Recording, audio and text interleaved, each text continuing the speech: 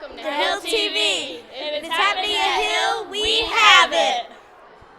Let's take a look at the weather for the upcoming spring break. The good news is that it looks like it will be mostly dry. The bad news is that it looks like most days will not go above 50 degrees if you are staying around the Rochester area. Friday will have a high of 46 degrees with partly sunny skies. Saturday will get just above that 50-degree mark with again partly sunny skies. Sunday will be 47 degrees and cloudy. Monday and Tuesday will both be in the high 40s with some light rain possible. Wednesday will drop down to 40 degrees and we might even see some snow. Thursday will rise back up to 46 degrees with the sun beginning to come out more. Friday and Saturday will both be 49 degrees and partly cloudy. Sunday gets above 50, but we'll have some big showers through the day. Monday, April 8th, the big eclipse day, will be the warmest day of the whole break, getting up to 53 degrees with some AM showers likely. Hopefully that goes away so everyone can enjoy whatever plans they have for the eclipse. Hopefully you are going somewhere warmer because it doesn't look too great around here. Hi, Jordan again, and I'm talking about the solar eclipse happening on April 8th. Here in western New York, we are in the path of totality, which means we are in the moon's shadow and it will be for the longest amount of time out of all the places. It should be over 3 minutes of darkness. If you have solar eclipse glasses, you will be able to see a ball of darkness with orange spikes coming out of it, and these spikes are called corona. But make sure that you have the correct kind of glasses if you're going to look at the eclipse. A solar eclipse happens when the moon blocks out the sun by being in alignment with the sun. This is really a once-in-a-lifetime kind of event. Make sure that you are ready for a little after 3 p.m. on Monday. Now on to Ryan with the Spelling Bee winners. Hello, Ryan here. We just want to take a moment to recognize the winners of this year's Spelling Bee. The 4th grade winner is Vera Morlock. Great job, Vera. The 5th grade winner is our very own Hill TV member, Jordan Maxim. Great job to both winners. I personally could not spell most of those words. Congratulations to all the Spelling Bee contestants. Just making it is a great accomplishment. Basketball fans probably already know, but it's March Madness time. For those of you that are not basketball fans, March Madness is a nickname for the men's and women's college basketball tournaments that begin every year in March. The top 68 teams from across the country will battle to the crown of the best team in college basketball for men and women. We are down to the final 16 or the teams or the Sweet 16 in the men's tournament. All the top seeds are still in play, and the defending champion of the University of Connecticut Huskies are trying to defend their title from last year. Can they repeat? They have looked great in both games so far in the women's tournament. The greatest scorer in college basketball history, yes, that includes men too, Caitlin Clark, is trying to lead her University of Iowa team to the title. She has scored more points than any player in college basketball history. Even if you are not a basketball fan, you might want to check her out and watch some of the greatest players ever in final college games. The games start Thursday night and go through Sunday.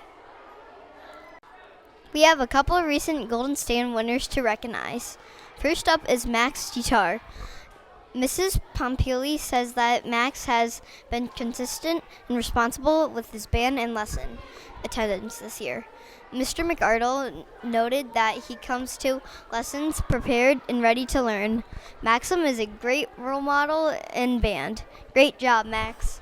We would also like to congratulate Kaylin Dalton on winning the Golden Stand. Kaylin showed responsibility by remembering her lesson times each week, attending early and rehearsal, and being prepared with her music. Kaylin also did an amazing job at this solo festival in January. Mrs. Pompili said that she is very proud of her for stepping out of her comfort zone to perform at Solo Fest. Way to take risk, Kaylin. Keep up the great work. Now we have a word from our new sponsor. Hi.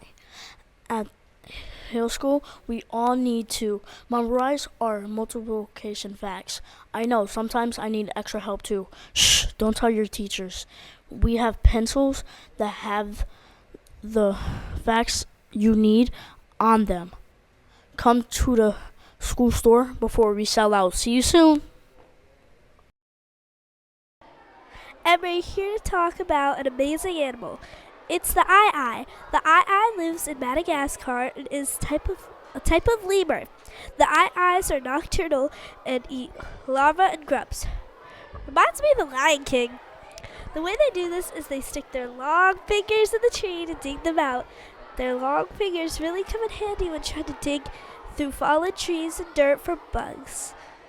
During the day, the eyes will sleep in nests in the trees. And one interesting fact about the eye is when threatened, they will raise their guard hairs to make them look 2 times bigger. What an interesting animal. Well, that's all for me. Now on to Kiamari with Around the World. Hi, it's Kimari. Today I'll be sharing an amazing place around the world. The place I will be talking about this week is Pamukkale, which is located in the country of Turkey. This place is very beautiful and probably somewhere that you have never heard of. I know that it was new to me. The name Pamukkale means castle in Turkish. Pamukkale is known for its mineral-rich hot springs that flow down the hillsides, creating beautiful white landscapes.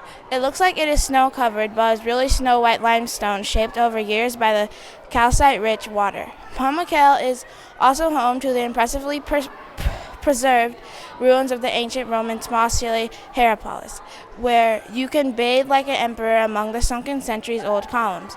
It is like taking a bath in Roman times. Doesn't that sound cool? Now to Jordan with an important person in women's history. Hi, I'm Jordan, and I will be talking about Rosa Parks for Women's History Month. You have likely learned about Rosa Parks, the seamstress from Alabama who was tired and refused to give up her bus seat to a white passenger. She was 42 when she decided she wanted to be rebellious. She did end up getting arrested for refusing to give up her seat. The news of this event traveled around the United States and the world. In our own city of Montgomery, Alabama, people refused to ride the bus and instead walked or rode bikes until the bus company changed their unfair rules. This was called the Montgomery Bus Boycott, and it lasted for months.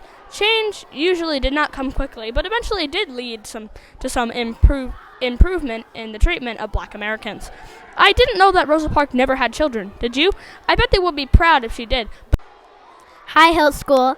Today I'm going to tell you guys about a cool place in America, the Grand Canyon National Park in Arizona. Did you know that the Grand Canyon National Park is actually bigger than the entire state of Rhode Island? Also, the temperature is different by more than 25 degrees. The upper rim would be cooler than the bottom of the canyon. Is the Grand Canyon actually the deepest canyon in the world? Well, no. It might be the most famous, but it is third deepest. Finally, the Grand Canyon is home to the pink rattlesnake. They match and blend in with the canyon. It is the only place in the world where they are found. Hey, Hill School. Today I'm here with Miss Cintron for an interview. Thank you for your time, Miss Cintron. First question, when did you become a teacher? I recently just became a teacher. This is my 3rd year teaching, but I did student teach with Mr. Resge during the middle of COVID, which was really it was a good life experience. Next question, did you always want to become a teacher? Bryn, I did not want to be a teacher. I never thought I was going to be a teacher. I used to want to be a vet, and then I wanted to be a marine biologist, and then I actually wanted to be a family lawyer for a little bit. Next question, do you have any pets? I do. I have a little dog, Nico. He weighs about 8 pounds, so it's like he's super tiny, even smaller than like Miss Decos's cat. Fourth question, do you have any kids? I do. I have a son named Boone, and he is going to be turning 3 over spring break. Oh my God. And last question, what is your favorite part about being a teacher? My favorite part about teaching is coming here every day and just getting to hang out with you guys and having a great time while doing it. That's all for the interview for today, Hill School.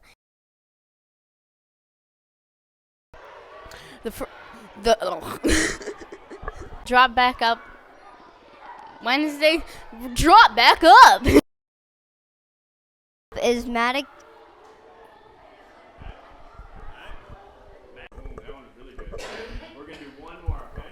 Ooh, I'm nervous. That was good. That was really good. Right? Just have the microphone a little bit closer. Hello, and we're here to talk to you